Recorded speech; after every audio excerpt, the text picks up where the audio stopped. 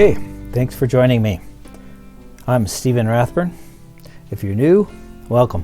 If you're not, welcome back. In this video, we're going to make an oil painting from this sketch here. And hopefully, it's going to end up looking somewhat like this winter scene right here. So, let's get started. I sold this painting several years back, but I'd like to create that same atmosphere today in this painting. So I'd like to create this same colors in the barns and in the sky, in the path to this demonstration. I'm painting on watercolor paper that I have treated with acrylic gesso. One coat on the back and 2 coats on the front. So this is no longer water soluble and it's entirely archivable. I'll begin by taping it down just like a watercolor.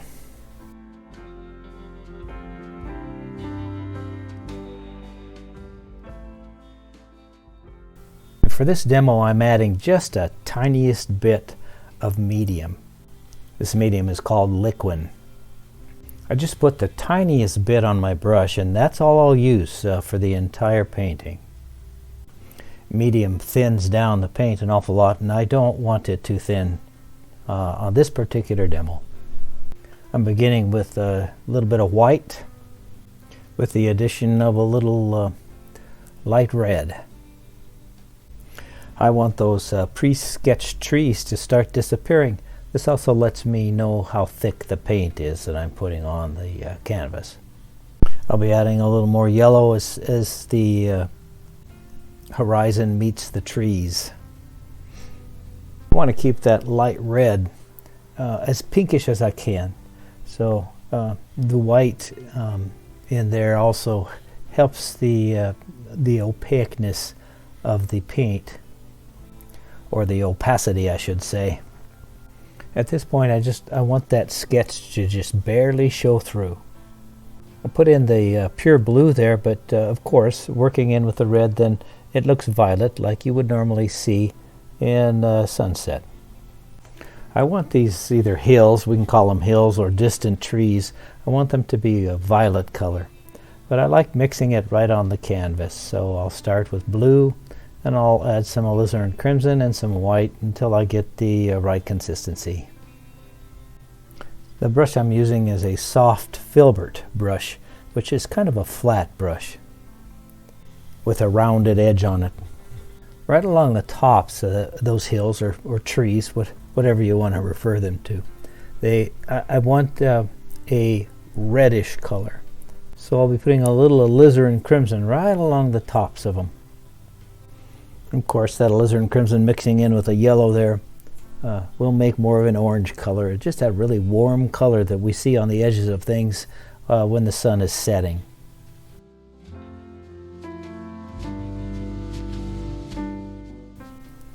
Never can resist a little finger blending. To me, I've never found a better blender than my finger with oil paint. Not only with the white am I trying to get the color just the way I want it. It's a really light violet color. I'm also trying to make the paint thick enough to cover over the sketch that is on the canvas. This is good because this makes sure that I'm getting plenty of paint on that canvas. Hopefully you can see how effective this red or orange along the top of the hills or the trees, whatever they are in the background, how effective it is.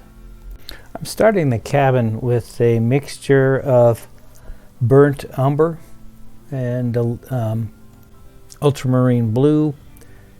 I'll be using some light red in there also. Again, I say many times in my paintings, I like mixing it on the canvas, so I keep the color just straight color on the palette, but then I mix the color right on the canvas. This allows me to get much variety in the colors. Just as natural surfaces have all kinds of different colors in them when you look at them closely. I'll start adding a lot more blues and reds down in this path here. For the little shack there, use a lot of red in that burnt umber, and then the other side of the barn, on the side of it, I'll put a lot of blue. I always like to start snow off by starting with the shadows. Now the shadows are looking a little blue right now, but we'll add more alizarin crimson in there, maybe a little light red, and that way we'll get a lot of variety of color.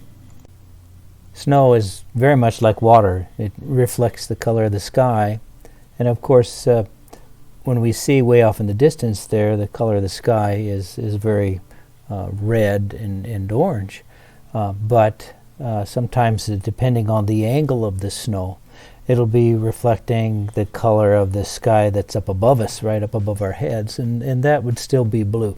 So we're going to see blues and reds and yellows all reflected in this snow color. As I work on the roof of the cabin here, you can see the white going on full strength, but as it works into the other colors that are there, it's not pure white. You'll see how I changed the shape of this roof several times, how easy that is to do when we're oil painting. I think I'll add just a little bit more yellow in the sky. Pure yellow again. I'll work it into the paint that's already there. And a little light red also. Just a tiny touch of light red. Light red can be really strong. So just the tiniest touch on the brush is all we need. And if it's a little strong, then just a little clean off the brush and just kind of work it into the rest of the colors that's already on the canvas. I'm going to use some pure white here to make some hot spots in the sky, if that's what I call them. It's just pure white, and then I'll work it in with a clean brush, but I'll put just touch in pure white there, and then work it in from the sides. When I work it in from the sides, we need to clean off the brush, wipe it off, and so we're not making mud out of the colors that are already there. Just real quick strokes with a clean brush. A little bit more yellow around the hot spots there, make them pop. It makes them look really sharp. I just need just a little bit of cadmium red here, just a touch and all, just a tiniest bit. And as you can see, cadmium red is a really vibrant red. And I'm going to kind of calm it down a little bit with the light red. But that cadmium red just helps just the tiniest bit to make a really vibrant orange color. And that vibrant orange is for the tops of the trees that are really in that setting sun. I just want to just barely touch the canvas there, and then you'll see I'm going to work those in that color into the color that's already on the canvas. So I'll just touch the colors on the canvas. Here you can see I'm just taking a clean brush now and working it into the color that's already there on the canvas, and it won't have such sharp edges on it. Kind of softens up those edges just a little bit.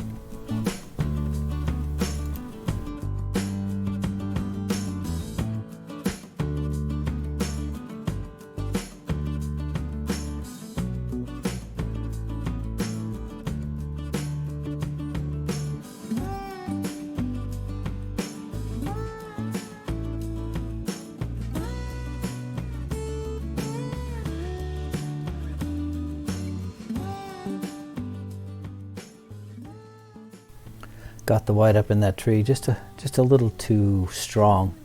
I'll have to fix that in a little bit. Now I want to start putting a lot more violet in the shadows of the snow. Of course, that mixture is ultramarine blue and alizarin crimson mostly. As you can see, I'm using a lot of the violet, as I said, but I'm mixing it on the canvas too. Again, that makes a variety of different shades and colors throughout the whole painting, so keeps from getting kind of boring. Just really touching a little of the light white color along the edge of the cabin, just to create a little texture. We don't want to draw every single log in the cabin. That would it wouldn't look right. So just a suggestion of logs, a little horizontal stroke here and there, and it just lets the viewer's eye know that there are logs there.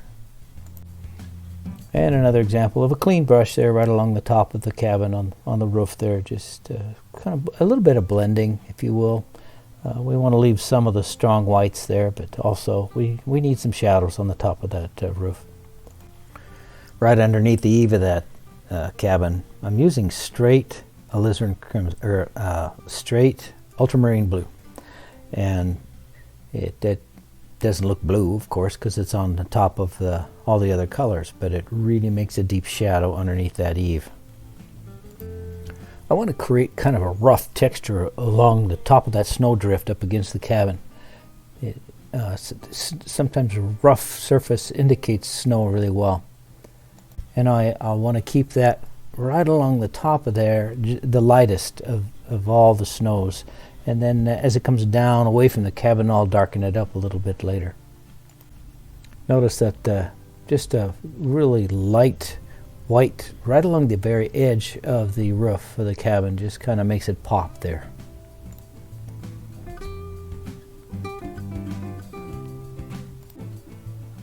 I got to call this little window here in the cabin my Kincaid window, from the old Thomas Kincaid paintings from years ago. That he was famous for drawing cabins or painting cabins with the light on in the window.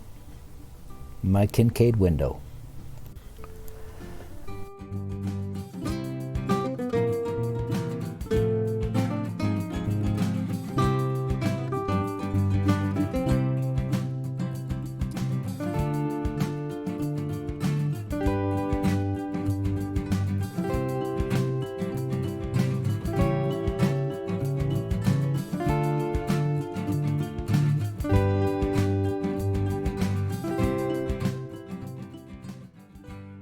Now I'm just putting really light touches of, it's a pure white, you can see it right on the end of my brush there, for whatever's in front of the cabin. Who knows what it is. It just makes a little break between the dark of the cabin and the path there. So I just want to put just tiny touches here and there. I'm not trying to make anything any particular detail. It could be rubbish. It could be a fence or a deck rail, just enough just to kind of break up that long bunch of darkness there from the edge of the cabin on into that path. The edge of the palette knife is a really good way to create a thin line, if you will, especially when the paint is real thick, and obviously the paint around this cabin is really thick. So if I want to create a thin line, just a touch of the edge of the palette knife is very effective.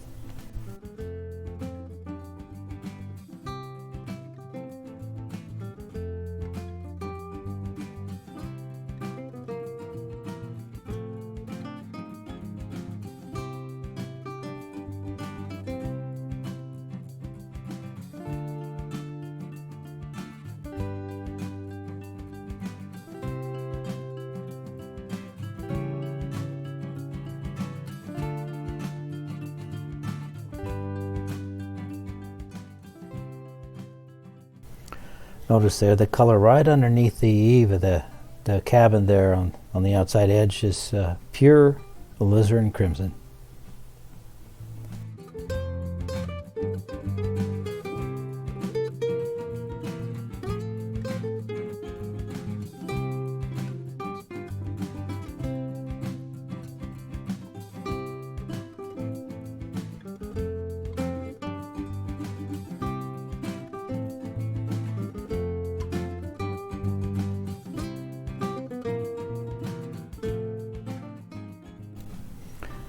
You can see some light red, really strong, pure light red right out of the tube, going into that path there, and then some blue right underneath it, just adding some variety and color along the path.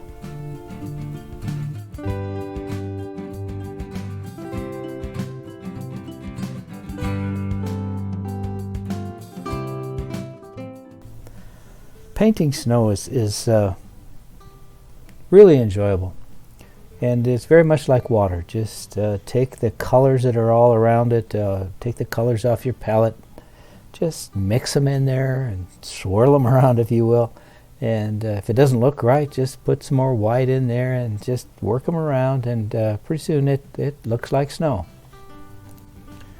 Especially when the snow like this is towards this late in the evening, there's not a whole lot of direct sun, so you don't have a whole lot of shadows where you have to be aware of the direction of the sun in relation to the direction of the shadows. So just we can just work those colors in the snow, whatever looks nice. I mean, there'll be shadows, but not nearly as many as there are when the sun's up and high. As we start working some more of the detail in those trees, we want to use a darker violet, but we want to keep the color pretty violet. Shadows in the snow and the shadows of the trees will not be black, that's for sure. So we want to keep any kind of a dark black color out of the painting always. We don't want to use black or dark gray.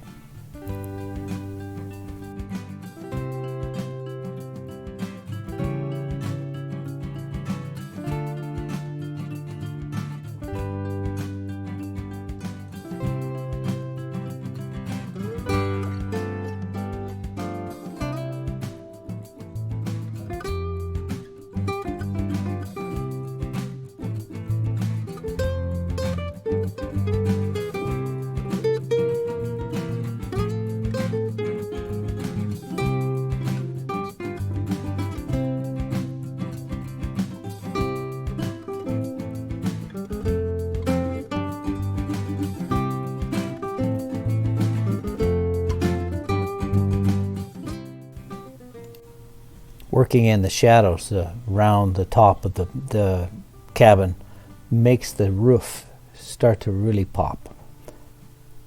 Light against dark will always accentuate an item.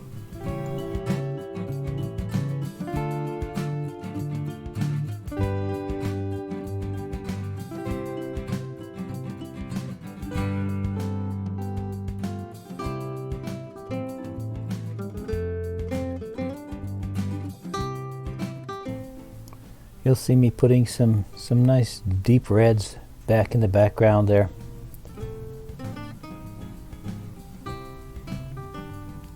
You see there, as I'm working all these different colors into the snow, I'm not being too particular. Just if it doesn't look right, try a different color. It's kind of fun.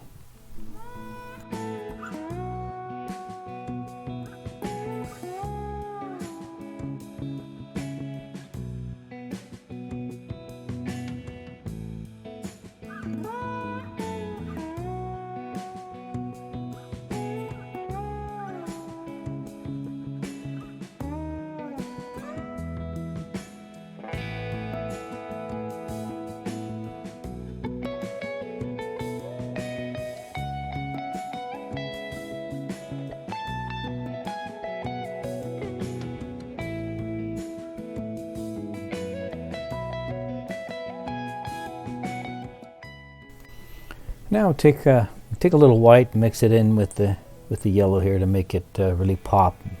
Can I add some reflections in the path here? Maybe like it's gotten a little warm, and during the day, and so a little puddle or two maybe in the path. Even though there's a lot of snow, it's melting and reflecting a little bit. And I'll clean off a brush a little bit and just kind of soften a few of those up if I get them too strong. They all can't have sharp edges on them, but a few of them, it's okay. But we want to soften up a few edges here and there with a clean brush. For the shadows in the snow, especially in the very foreground, I like to add many times just to make it much darker than the rest of the snow. And that's called a threshold. It's very effective to put the dark part of the snow, make it the darkest part in the front of the painting. And again, in those background trees, I want to keep a variety of colors. Nothing too straight all the way across, just a mixture of colors here and there.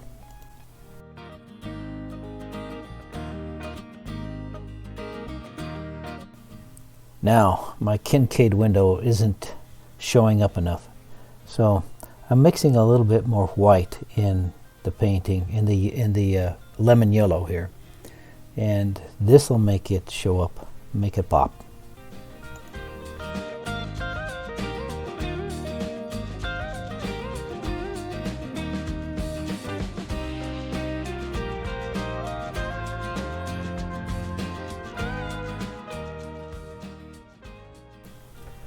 Okay, I'm going to move the painting over just a little bit here and put some weeds or something in the foreground here. So a brush with a nice point on it, a relatively new brush will work. And put straight as dark a color as we can get on the brush. And this very quickly move on the already wet paint, and you'll get a dry brush effect, but it's a light touch and a fast movement.